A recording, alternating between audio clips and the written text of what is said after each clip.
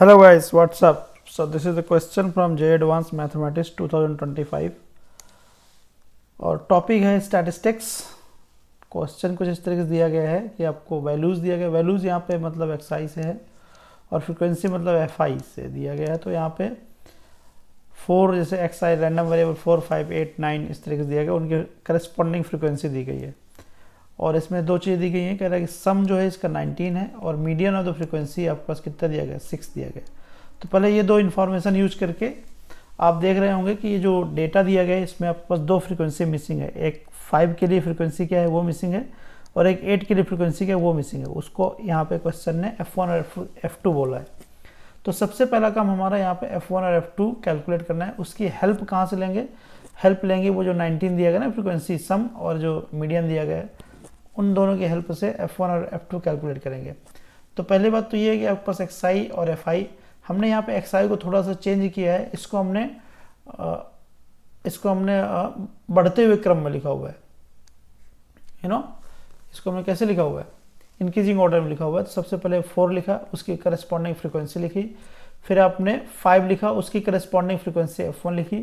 फिर आपने 6 लिखा, 8 लिखा और उनके सामने करस्पॉन्डिंग फ्रीक्वेंसीज लिख दिया। फिर आपने क्या किया? फिर आपने यहाँ पे क्यूमुलेटिव फ्रीक्वेंसी लिखा। आपने क्यूमुलेटिव फ्रीक्वेंसी कैसे लिखा जाता है? मतलब ऐड करते हुए जाते हैं, क्यूमुलेट करना होता है, सम करना होता है। तो पहली तो वही लिख देते हैं, फिर उसके बाद दूसरे में क्या लिखते हैं? पहली वाले में दूसरी वाले ऐड करके लिखते हैं। फिर ऐसे ही करते चले, तीसरी वाले में जो आपके पास लिखते हैं तो जो दूसरी वाली तक आ चुका हो तो उसमें ऐड कर देते हैं। तो यहाँ पर कितना आ जाएगा? 6 + F1 आ जाएगा। ऐसे करते करते गए तो मेरे पास ये आ गया। तो लास्ट में जो दिखाता है basically this is the sum of the frequency. तो सम ऑफ द फ्रीक्वेंसी आपके पास आया है F1 + F2 is equals to 19। Question में 19 दिया गया, तो यहाँ से आपके पास F1 + F2 आ गया आपके पास 7। ठीक है, तो ये एक तरीके से रिलेशन मिल गया मेरे पास F1 और F2 के बीच में। अब हम अगली इंफॉर्मेशन का यूज करते हैं। आपके पास मीडियन दिया गया 6। अब जरा समझिए, अगर आप टोटल फ्रीक्वेंसी की बात करेंगे तो वो दिया गया 19, मतलब आपके पास ऑड नंबर है। तो जब ऑड नंबर हो तो मीडियन कौन सा वाला टर्म होता है? मीडियन का मतलब होता है मिडिल मोस्ट टर्म, और middle most term odd number में कैसे निकलता है? n+1/2। तो मतलब 10th टर्म इसका क्या होगा? मीडियन होगा। तो क्वेश्चन ने बोला है कि 6 मीडियन है, तो 6 तो आपके पास ये है, ठीक है, और यहाँ तक 10 टर्म हो जाने चाहिए। तो लेकिन टोटल टर्म यहाँ तक कितने हैं? 6 + F1 है। तो 6 + F1 इक्वल टू किसके इक्वल आएगा? 10 के इक्वल आएगा। तो यहाँ से F1 की वैल्यू निकल के आएगी 4, और जैसे आपके पास F1 की वैल्यू 4 निकल के आएगी तो आप इस वाले इक्वेशन रखेंगे तो F2 आपके पास आ जाएगा 3। तो कहने का मतलब जो फ्रीक्वेंसी मिसिंग थी उनकी वैल्यू आपने कैलकुलेट किया, F1 इक्वल टू 4 और F2 इज इक्वल टू 3। ठीक है, तो यहाँ तक मेरा काम हो गया। तो जो मेरे पास जो फ्रीक्वेंसी डिस्ट्रीब्यूशन का डेटा दिया गया था, now that data is complete, है ना। वहाँ पे मेरे पास सारी फ्रीक्वेंसीज हैं और वेरिएबल तो है ही हैं जो भी है। अब आगे क्वेश्चन पढ़ते हैं। For the given frequency distribution alpha denote the mean deviation about mean, है ना, और beta denotes the mean deviation about median, और sigma square denote the variance. तो पहले मैं इनके फार्मूले की बात कर लेता हूँ। तो मीन तो आपके पास ऐसा निकलता है, मीन बहुत बेसिक फार्मूला क्लास 9 से बताया जाता है, summation FI XI upon summation FI। मतलब क्या है कि फ्रीक्वेंसीज का मल्टीप्लाई करना है करस्पॉन्डिंग वेरिएबल के साथ, उनको ऐड करना है और डिवाइड करना है टोटल फ्रीक्वेंसी के साथ। ऐसे ही mean division about median, mean कैसे निकलता है? वो अल्फा इक्वल टू, देखो क्या लिखा है मैंने, summation FI mod of XI - X बार। मतलब सारी फ्रीक्वेंसी के करस्पॉन्डिंग जो वेरिएबल्स दिया गया है उनका डिफरेंस निकालना है मीन के साथ, फिर उनको करस्पॉन्डिंग फ्रीक्वेंसी के साथ मल्टीप्लाई करना है, फिर जो भी आएगा उनको ऐड करना है, डिवाइड करना है। तो वो फार्मूला ये होता है। Beta denotes the mean division about median, तो यहाँ पे मीन की जगह मीडियन लिख दिया जाएगा, बस बाकी वही है। फिर ऐसे आपके पास ये सिग्मा स्क्वायर की डेफिनेशन आपके पास ये लिखी है, summation FI XI square upon summation FI minus mean का स्क्वायर। तो मेरा सबसे पहला काम कैलकुलेट करना है, क्योंकि मुझे अल्फा बीटा और सिग्मा स्क्वायर कैलकुलेट करना है। तो अल्फा कैलकुलेट करने के लिए मेरे पास मीन होना चाहिए। तो मीन, सबसे पहले मीन कैलकुलेट करते हैं। मीन कैलकुलेट करने के लिए क्या है? Summation FI XI upon summation FI, मतलब करस्पॉन्डिंग फ्रीक्वेंसी का मल्टीप्लाई उसके वेरिएबल के साथ करना है। तो जैसे पहला वेरिएबल आपके पास 4 दिया गया था, देखिए पहला वेरिएबल आपके पास 4 दिया गया था, करस्पॉन्डिंग फ्रीक्वेंसी 5 थी। ठीक है, तो पहले प्लेस में वेरिएबल लिखूंगा, दूसरे प्लेस में फ्रीक्वेंसी लिखूंगा। तो 4 फिर 5, ये 5 क्या फ्रीक्वेंसी है, ये आपके पास X है, ये आपके पास F है। ठीक है, और हमने इसका लिखा और अपान में क्या लिखा, टोटल फ्रीक्वेंसी जो कि 19 दिया गया। तो ये सारे इस तरीके से किया, मेरे पास आ गया 133/19 दैट इज इक्वल टू 7। तो आपके पास मतलब जो x बार आया वो क्या निकल के आया, 7 निकल के आएगा।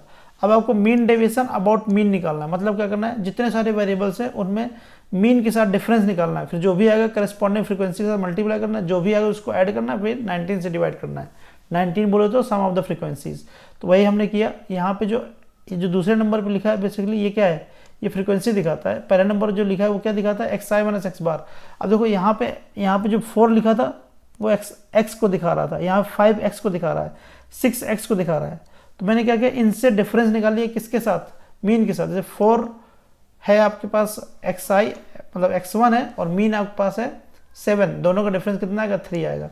ऐसे दूसरे वाले में 5 है, डिफरेंस आएगा 7 के साथ 2, सबके साथ लिखा, मल्टीप्लाई किया और 19 से डिवाइड किया, तो मेरे पास कितना आ गया, 48/19, राइट। तो ये अल्फा की वैल्यू आ गई, तो 19 अल्फा की वैल्यू क्या निकल के आ गई, 48 आ गए। तो ये क्या कहलाएगा, मीन डेविएशन अबाउट मीन, ठीक है। अब आगे कैलकुलेट करेंगे मीन डेविएशन अबाउट मीडियन। तो अब इसमें फिर से वही काम करना है। मीडियन आपके पास कितना दिया गया था, 6 दिया गया था, 6 का डिफरेंस निकालना है सारे xi के साथ, सारे जो वेरिएबल्स दिए गए हैं उनके साथ, फिर करस्पॉन्डिंग फ्रीक्वेंसी के साथ मल्टीप्लाई करना है। तो जैसे पहला वाला वेरिएबल 4 था, मीडियन आपके पास 6 है, 4 और 6 का डिफरेंस कितना होता है, 2 होता है, और उसकी करस्पॉन्डिंग फ्रीक्वेंसी क्या थी, 5 थी, उसको मल्टीप्लाई किया। ऐसे मैंने सारे वेरिएबल के साथ किया, ऐड कर लिया और 19 से डिवाइड कर लिया, तो 47/19 आ गया। तो इस तरीके से 19 बीटा इक्वल टू 47 हो गया, राइट। तो बीटा की वैल्यू निकल गया। अब मैं सिग्मा स्क्वायर कैलकुलेट करने जा रहा हूँ। सिग्मा स्क्वायर बेसिकली क्या दिखाता है, सारे वेरिएबल्स का स्क्वायर करना है, करस्पॉन्डिंग फ्रीक्वेंसी से मल्टीप्लाई करना है, फिर सबको ऐड करना है, फिर उसको फ्रीक्वेंसी से डिवाइड करना है, सम ऑफ द फ्रीक्वेंसी से डिवाइड करना है, और उसमें किसको माइनस करना है, उसमें माइनस करना है जो मीन का आपने निकाला उसका स्क्वायर करके माइनस करना है। तो पहले बात तो आप ये जो fi स्क्वायर लिखा वो ये लिख दिया, देखो ये f है, ये xi का स्क्वायर है, ये f है, ये xi का स्क्वायर है, करस्पॉन्डिंग xi मतलब जिसकी फ्रीक्वेंसी 5 है उसका xi 4 था, 4 का स्क्वायर किया 16 आ गया। ऐसे ही यहाँ 5 था, स्क्वायर किया 25 आ जाएगा, सबको ऐड किया और माइनस 7 स्क्वायर मतलब ये मीन का स्क्वायर कर दिया, तो वो मेरे पास ये निकल के आ गया 146/19। तो यहाँ से 19 सिग्मा स्क्वायर इक्वल 146 आ गया। अब हम चलते हैं ऑप्शन की तरफ। तो मेरा जो क्वेश्चन था वो लिस्ट 1 से लिस्ट 2 में मैच करना था। हाँ, एक और कैलकुलेट करना था, 7f1 प्लस 9f2 कैलकुलेट करना था। 7 इंटू f1 कितना निकाला था, 4 निकाला था। 9 इंटू f2 कितना निकाला, 3 निकाला था। तो 4 ये 28 हो जाएगा, 28 प्लस 27 तो कितना हो जाएगा 55। तो पहला वाला p वाला जाएगा 5 में, और 19 alpha plus 19 alpha is equals to, हमने 19 अल्फा की वैल्यू निकाल ली है मेरे ख्याल से। यहाँ पे 19 अल्फा इक्वल 48 आया है, तो 19 अल्फा प्लस 48 हो जाएगा, this goes to this. 19 beta आपने 47 निकाला, this goes to this, and this 19 sigma square आपने 146 निकाला है, so this goes to this, ठीक है। तो P जो आपके पास है वो आपके पास चला जाता है, P जाता है 5 नंबर पे, Q आपके पास जाता है 48 निकल गया 3 नंबर पे जाता है, और R आपके पास जाता है कहाँ पे 47 दैट इज 2 पे जाता है, और ये जाता है आपके पास पहले नंबर पे। तो इस तरीके से जो भी मैच करना होगा तो मैच हो जाएगा। फोर्थ वाला किसी का ऑप्शन नहीं है। So this was the question from JEE advance 2025। बहुत ही ईजी क्वेश्चन था, राइट। अगर थोड़ा सा भी आप कॉन्सेप्चुअल क्लैरिटी आपके अंदर है तो क्वेश्चन आराम से हो जाएगा, ठीक है। और अगर आप इस चैनल में पहली बार वीडियो देख रहे हैं तो please subscribe the channel, like the video and share the video. Thank you for watching.